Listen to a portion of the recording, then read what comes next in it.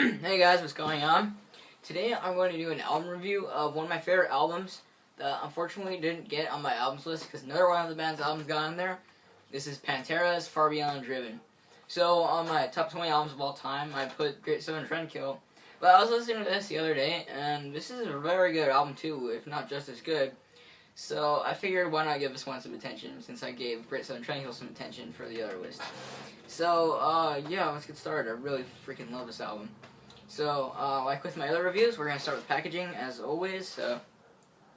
The album cover is really cool, though there is an alternate version of it that's on the vinyl version that has it has a butt and it has a drill going up it. And they censored that for the original pressing of the album because they originally wanted that on the CD version. So, they only released it on the vinyl repress that came out a few years ago, I think. So, when the anniversary back in 2014 when that came out. But this is just one of the early pressings of it. So, yeah, the album cover is pretty cool, as you can see. It's got a guy with a head, like the drill is going through his head. It's not his ass. So, yeah. And then on the back, there's just the track listing and that same drill thing. They actually changed labels on here. The first two albums were on another label. I forgot the name. Atco. I remember. And this one says East West Recordings. East West Records. So, yeah. And then inside, there's just the disc. It's just got a really basic disc cover. It just has the Pantera logo and that same drill thing. And then the booklet unfolds into a poster that, in my opinion, is really lame. You got this. It's like a really, this album cover is just really tiny. And then the rest of it is like I guess you could tell from perspective, but it just looks really lame, especially with the parental advisory right there. I don't know. And then here you just got some cool pictures of the band. Oh, I have that upside down. Yeah, and then the lyrics to this album. So now let's get on to the music. So this is definitely Pantera's most aggressive album. This is their heaviest album, and it's probably the most commercially successful heavy album of all time. This is the heaviest commercially successful album that was ever been released, in my opinion. So it opens up with Strength Beyond Strength, which is, in my opinion, the heaviest song on this entire album, and one of the heaviest songs of all time, especially within the groove metal genre.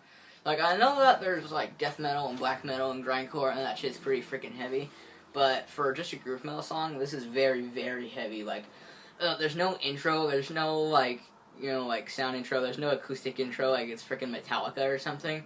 No, they just jump right into this fast, frenzied, chaotic, just... oh, it's fucking awesome. You just press play, and there's not even, it doesn't, like, it's just, like, not even a second after you press play, it just explodes. It's just awesome. Like, yeah, Phil Anselmo's vocals on this album are very good. Like, he sounds really pissed off on this album, which I like.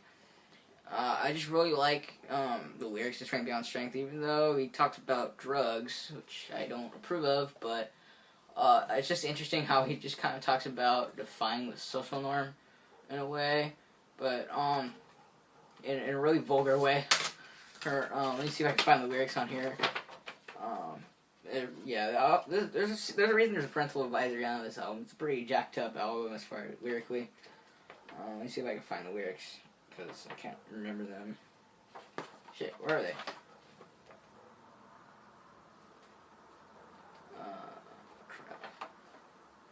Fuck, where are they? Oh, here it is. There's nothing, no education, no family life to open my arms to you, say. My job is today, yet gone tomorrow, I'll be broken in the gutter. I know the opinion, a broken record, fuck you and your college dream. Fact is, we're stronger than all. That's like the first paragraph of lyrics written down on here. So, yeah, you're working for perfect bodies, perfect minds, and perfect neighbors, but I'm helping to dope on pristine streets and making a fortune. So yeah, he's singing about selling drugs, which I don't like, but I do like how he's singing about defying social norm at the beginning of the song. So that's kind of cool, because it sounds kind of hopeless, but angry at the same time. I just like the vibe, but I don't like the lyrics themselves. Becoming is a very heavy song as well. It has a really, really strong groove that, like, I don't know, you could dance to that song, but it's still heavy as hell. Like, oh my god, it's, like, the riff is, like, you just press, like, that song really jumps into its thing really quickly, too. The riff is very good, and it has, like, a screeching sound on it that's really, really cool. And it just sounds fucking awesome. Yeah, that's one of my favorite tracks on this album. 5 Minutes Alone is slightly less heavy and chaotic. It has a more traditional beat. It's still very groovy. Like, that's not bad groovy, but I meant like groove. It has a strong groove. But at the end, there's this riff that's really heavy, but it's slow. Like, it's not a breakdown, but they kind of do this thing where like, it's like it's so down tuned, but it's not that down tuned. I think it's only in drop D, but it sounds like it's in freaking like A or something. It's crazy. It sounds really cool. Yeah, that's a good track. I'm Broken is probably the lightest song on here that isn't Planet Caravan, but we'll get to that. Yeah, it is a single. It has some pretty catchy, like a really catchy vocal lines in the chorus. It has a pretty nice guitar riff, but it's not my favorite on the album. Though I do find the lyrics to be kind of interesting. Okay, Good Friends at a Bottle of Pills. If you haven't heard that song, just listen to it. I'm not even gonna say anything. It's a jacked up song. In that way, it's entertaining, but it's not like violent humor or disturbing humor, like something like a band like the Misfits would do. No, it's not like that. It is dead serious. It's effed up, man. Not in a violent way. And just look it up. It's a fucked up song. Okay, Heartland Sucking Cheeks.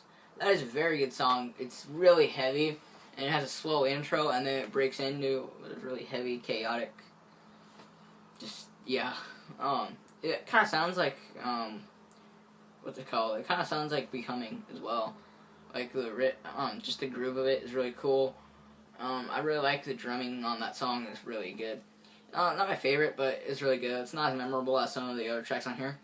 Slaughtered, the vocals on there are actually nearly guttural vocals. Like, he screams for most of the album, but that song has guttural vocals on it. His voice gets really deep, and it's really cool, so he could pass for a death metal singer on that song.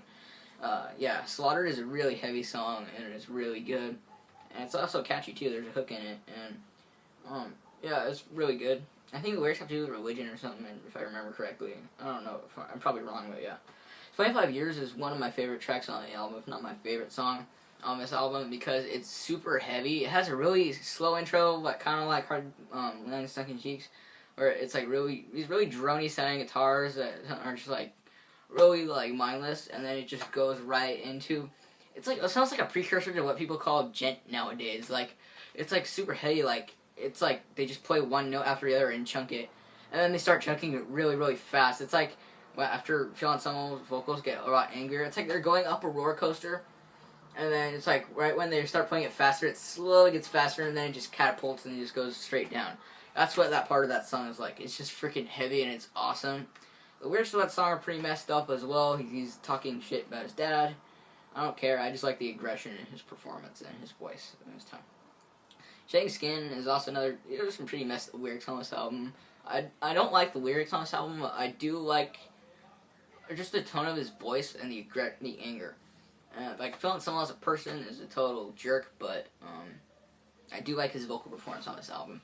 I really like the guitars on here too. The guitars on Dimebag's guitars on here are fantastic. My favorite Dimebag album is Great Southern Trendkill, but this one has some fantastic riffs on here. Like I said, in 5 Minutes Alone, Unbroken. But 25 Years has some really good guitar in it. I like it. Shedding Skin, though, the intro is perfect, like almost perfect guitar riff. It almost sounds like a new metal song, though, in an interesting way. Like the intro riff, it kind of reminds me of that Deftones song Bored. That's what the intro sounds like. It has that kind of rhythm to it. So it's almost a new metal sound. But yeah, and then after that, though, there's this really cool part that's that's really unsettling after that part, where they start playing really melodically and quiet, and like Phil Anselmo starts whispering, but in that really deep voice of his, and it's just unsettling at first if you haven't heard anything like that before, and it sounds really cool. And then they just break right into an angry part, and it's a pretty emotional song, and yeah. Use My Third Arm, that's a straight up thrash song, but it also has some really good guitar riffs in there, really nice double bass drum on there. Really love that song a lot. It's very good. As far as Rejection, that song's alright. It has a really nice heavy chorus, but the rest of it is really boring. Kind of an uninspired song, probably my least favorite on the album, but I do like the chorus. It's kind of like the verse in 25 Years where they kind of chunk it, but yeah. But I like the way that song ends and then just blends right into Planet Caravan. Like, they just end and there's all this distortion and feedback coming from the guitars, and then it just fades right into the beginning of Planet Caravan, which is like a really quiet acoustic song, and it's really cool how it does that. And I also really like that song because it's like a nice break after all the chaos of the rest of the album. So if you're an angry person, you will freaking love this album. This is a great album to listen to when you're pissed off for any reason, which is one of the reasons I love that album so much.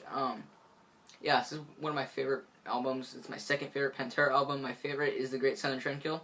So yep, that's my video for today, a review of Pantera's Far Beyond Driven. Don't forget to like, comment, and subscribe, and I'll see you guys next time.